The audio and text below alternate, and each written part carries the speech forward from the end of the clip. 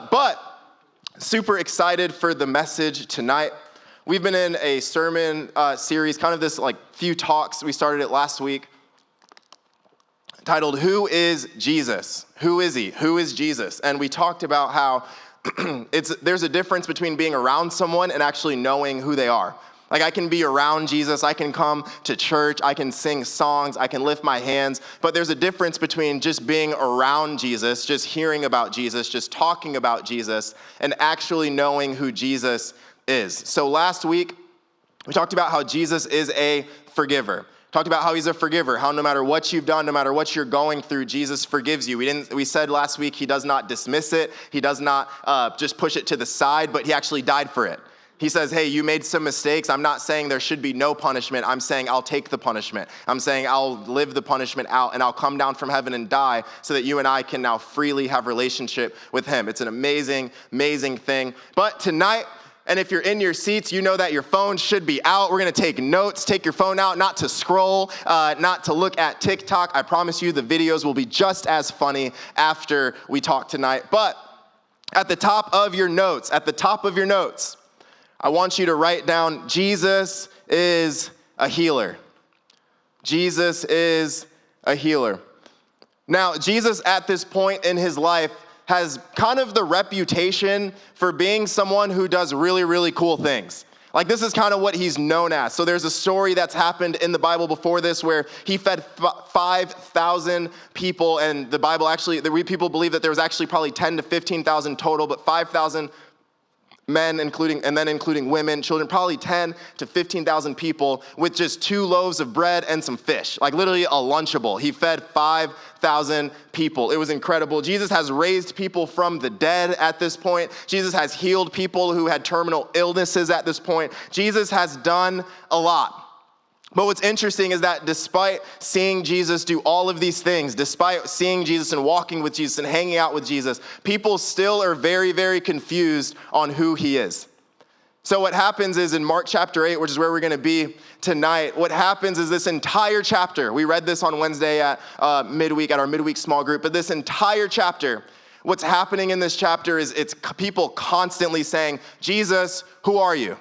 Constantly, Jesus, who are you? I know that you said you're the Savior of the world, but who are you? I know that we saw you do some really cool things, but who are you? I know that you say that you're the person who's going to save the entire universe, but who are you? This entire chapter is, who are you, Jesus? Who are you? We want to know. It even says people were arguing. People were doing all of these things and asking Jesus, who are you? But in this chapter, it's a very interesting turn. It's kind of this story that's randomly thrown in there.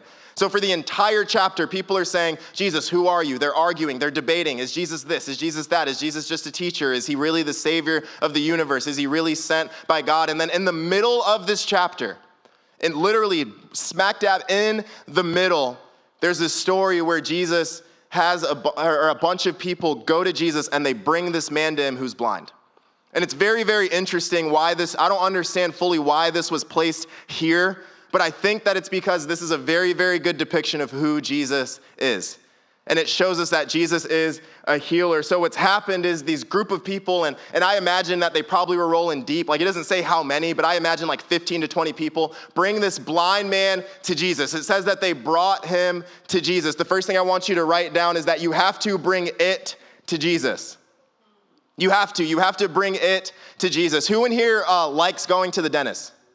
Yeah, I did not expect that many hands going up. I don't want to say that's weird, but I thought it. But who in here does not like the dentist? Who in here like me? I hate it. I hate the dentist. I hate the dentist. Now, here's the reason why I hate the dentist. I feel like I have good reason to hate the dentist. I have what they like to call sensitive teeth. I have sensitive teeth. And what happens when you have sensitive teeth is that you get cavities a lot. Like, raise your hand if you ever had a cavity. Raise your hand. Raise your hand if you've never had a cavity, like once. Oh, dude, I wish. I've had so many cavities. I thought about asking, like, who's had the most cavities, but I also didn't want to, like, put you on blast. That's super weird. I didn't want you to, people would be like, oh, you're going back for another crumble cookie? You've had 50 cavities. Like, I didn't want that for you. But I will tell you how many cavities I have had. I will tell you how many I've had, and you're not allowed to judge me, okay? We say that our church is like Planet Fitness, no judgment zone, all right? Planet Fitness, no judgment zone. I have had over 20 cavities. I said, don't judge me. What? Why? Why? That was so unnecessary. That was so unnecessary. Good gosh.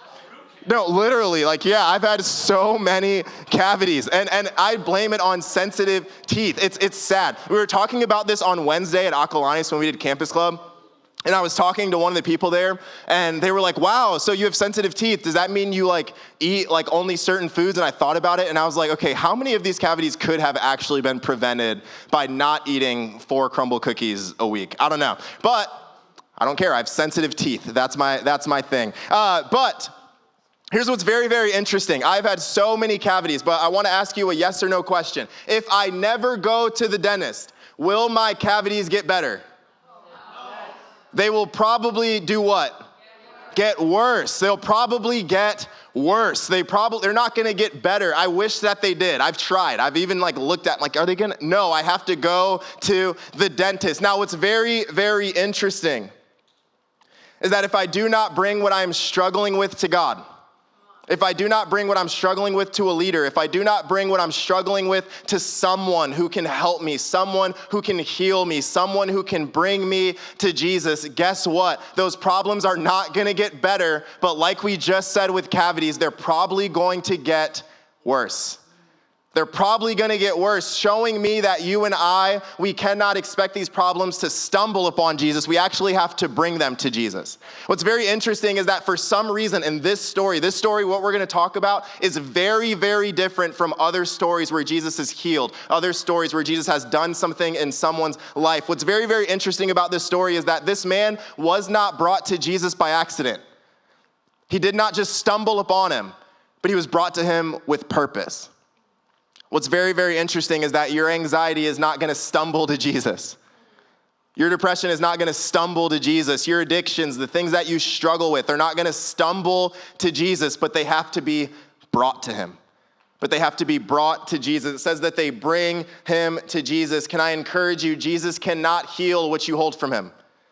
He can't heal what you hold from him. He cannot heal the things that you withhold. If you're holding on to things, I got it figured out. I don't want to address it. I don't want to talk to anyone about it. Guess what? You cannot find healing. And just like me with my cavities, I hate going to the dentist so much. But if I do not go, they will get worse. And this is where our story is tonight. So they have brought this man to Jesus. Jesus, who's a healer. Jesus, who's a restorer. This guy who's supposed to be a good guy. And in Mark 8, verse 22, it says they arrived at Bethsaida. Some people brought a sightless man and begged Jesus to give him a healing touch.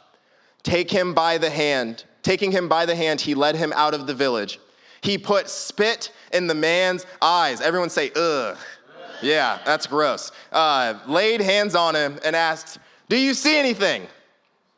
Who in here hates surprises? Raise your hand. You hate surprises like me. Yeah, I hate surprises. They are the worst. Who in here loves surprises? Like you just love a good surprise. You love being surprised. I don't like surprises. I hate surprises. I literally dislike them. I do not like them. And the reason why is because I don't like when things happen that I don't expect. I'm gonna be very honest. I like knowing what's gonna happen. I'm not to the point where I spoil movies. Who in here likes looking up movie spoilers before you go to see the movie? Anyone? Yeah, my wife is one of you people. I don't understand. I don't get it. But I'm not that deep. I like those surprises, but I don't like surprises. I don't like being shocked. And what's happened in our story is that they have brought their blind friend to Jesus. And you have to understand that they have now probably heard a lot about what Jesus has done. So what's happened is that they're probably walking, and the Bible says that Jesus took all of them out of the village. And like I said, I imagine it being a big group, 15, 20 people, and imagine the conversations they're having. How do you think he's gonna do it? Oh, I heard that he laid hands on some fish and some bread, and it turned and fed 5,000. I bet he's gonna lay hands on him. No, I heard that he spoke to a girl that was dead, and then she woke up, and all of a sudden she's alive. I bet you he's gonna speak, and something's gonna happen. No. I heard that a woman just touched his robe, and then when she touched his robe, everything about her was healed. I bet that you're gonna have to touch his robe, and then all of a sudden, Jesus spits in his eye. Random, weird. I tried looking up anything that could show that this was normal. anything. Like, oh, I wanted to come in here and be like, well, in biblical times, I couldn't. It was weird now, it's weird then. Like literally, it was just weird. It was this weird thing. And I have to assume, I have to imagine the same question that I was asking when I read this is the same question that they had back in those times, which is the same question that you're probably asking now. Why? Why? It doesn't really make sense. This miracle is different than the other miracles. Why? This miracle, well, we end up finding out, takes longer than the other miracles. He doesn't even get fully healed the first time. Why? Why? Why is this the way? Have you ever felt in your mind? Have you ever felt in your spirit, God, I prayed for you to do something. God, I asked you to move. God, I needed you to show up, and you didn't show up in the way that I expected you to. Why? Why? It doesn't make any sense. I really needed you. Have you ever really needed God to move? Have you ever really needed God to show up? Have you ever really needed God to do something in your family, do something in your mind, do something in someone's body, and then God didn't do it the way that you expected, the way that you thought, and the only question that you had was, why? Why? Why, God? Why couldn't you just do it the way you did the other miracles? Why couldn't you just move I heard you're this healer. We sing these songs about who you are, and yet this is the way that, are you even taking this seriously? Like, is this someone you even see? You talk to other people and they're healed in a moment, and yet you want to spit in my friend's eye. Why? And like I said, I tried to look up any type of reason. I tried to look up anything that could give any purpose as to why this was the way that Jesus healed him. And while I could not find a reason, what I do know is this, and I want you to write this down. Jesus was with him through it all. Jesus was with him through it all. For some reason, this healing was different than the others. For some reason, I don't know why. For some reason, this healing took longer than the others. For some reason, this healing was completely different than what they would have expected. And while I do not understand why, what I understand is that he was not alone. But it says what? That Jesus was leading him by the hand, that Jesus was with him, that Jesus was close to him. In your life, there are going to be moments that you are going to wonder, God, why didn't you do it the way you did it in the other times? Why didn't you do this quicker like you did in the Bible? Why didn't you do this quicker than you did it with my friend? Why didn't you do this quicker in my family? Why can't my family have the testimony? You're going to wonder why, but what you have to remember is that even though you might be in darkness and fear, and you might, even through your tears, even through the questions, even through being upset, you're not there alone. Jesus was with him through it all. He never left him. He never walked away from him. Jesus did not say, oh, I'm going to do that, and then walk away. But what happens? He's with him through it all. And as I close and the strings can come up, I love how the story ends. The story ends, and in verse 23, he says, do you see anything? And then it says, he looked up. I see men. They look like walking trees. So Jesus laid hands on his eyes. Again, the man looked hard and realized that he had recovered perfect sight. He saw everything in bright 20/20 focus. Jesus sent him straight home, telling him, don't enter the village. So our story ends. Jesus, for some reason, spits in this man's eyes, does something completely unexpected, and he says, did it work? Do you see anything? And the man says, I see men, but they kind of look like trees. What's very, very interesting is this could have been the end of the story. This man's testimony could have been, hey, I was blind and now I kind of see. This man's testimony could have been, I once was in complete darkness, but now I see people and they somewhat look like trees. And this would have been an awesome testimony. This would have been powerful. This would have been more than probably what he thought he would have asked for. But what I love about this story is Jesus does not let it stop there. But what does he say? He says, my goal for you is not that you would have partial sight. My goal for you is not that you would be kind of healed, but my goal for you is complete vision. My goal for you is perfect sight, seeing everything 20/20 focus. So what does Jesus do? He says, until you have perfect vision, what am I going to do? I'm going to lay hands on you again. What does he say? He says, I know that you don't see things right now, but I'm not going anywhere. I'm going to put my hand on you again. I'm going to give you a healing touch again. I'm going to stretch my hand out again. What you have to understand tonight is that Jesus is not a God that will leave you in utter darkness. That Jesus is not a God that will leave you in things that are tormenting you, leave you in things that you're struggling with, leave you in things that keep you up at night. But what will he do? He will ask you, do you see? And if the answer is anything but yes, he will say, no, you know what? I'm going to lay hands on you again. Are you still struggling with anxiety? Well, yeah, kind of. No, that's not enough for me. I'm going to lay hands on you again. Do you still struggle with these suicidal thoughts? Well, a little bit, not as much as before. No, that's not my plan for you. I'm going to stretch my hand out on you again. I'm going to give you a healing touch again. I'm going to stretch it out again until you have perfect vision, no blurriness, no trees, until you know exactly what you are seeing. I'm going to lay my hand on you time and time again. Come on, that's a good reason to clap. That's a good reason to put your hands together and thank God. My second point, the second thing I want you to write down, Jesus wants you to be fully healed. Jesus wants you to be fully healed. Jesus will not settle for blurry vision. Jesus will not settle for, oh, I thought I saw something, but it kind of looked like trees. But you and I will. There are some of you who are dealing with addiction, strong addiction you've been dealing with for years, and your goal is to be kind of healed. There are some of you who are dealing with anxiety, and your goal is to kind of have peace. Your goal is to kind of have joy. There are some of you who are dealing with struggles time and time again, and your goal is to survive. But can I encourage you tonight, the goal is not that you would come to church and have anxiety healed for a day. The goal is not that you would come to church and have one good night's sleep, but the goal is that as you continue to worship, as you continue to hear the preaching of God's word, as you continue to talk to a leader, that you would not only be healed for a day, but you would be completely healed.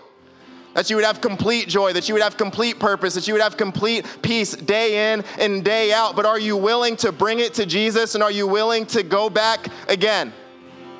Are you willing to say, God, I'm not going to settle. I'm not going to give up. I'm not going to walk away from you. At any moment, this man could have walked away. At any moment, this man could have said, enough is enough. But what does he do? He gets uncomfortable again. And he says, I'm not going anywhere until I have complete joy, complete healing. So what does this have to do with you and me?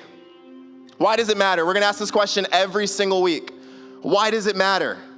Why is this important? How does Jesus spitting in some man's eyes 2,000 years ago affect you and me?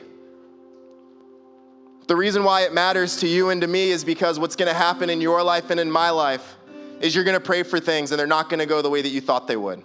I would be a bad youth pastor if I stepped up here and said, you know what, every time you pray, it's going to work out. I would be a bad youth pastor if I said every time you pray, it's going to go the way that you wanted it to. What you have to understand is that in those moments when you pray and it's, God, this is weirder than I thought it would be. God, this is longer than I thought it would be. I still feel as though I am only seeing trees. What you have to remember is that you have to bring it to Jesus. Jesus is with you and he wants you fully healed. I have to bring it to Jesus, and then Jesus is with me. Jesus did not leave. He is leading me by the hand in what? Jesus wants me fully healed. So if you're struggling, if the answer is, if the question is, do you see? And the answer is kinda. Can I encourage you, keep showing up. Keep having faith. My prayer for you, we prayed this earlier, is that faith would arise in your heart, that you wouldn't say, God, I prayed for this to happen and it didn't. I give up on you. But you would actually say, no, I still believe you're a healer. My prayer for you is not that you would pray for something and that it would happen magically, but it would be in those moments that you're asking, God, why?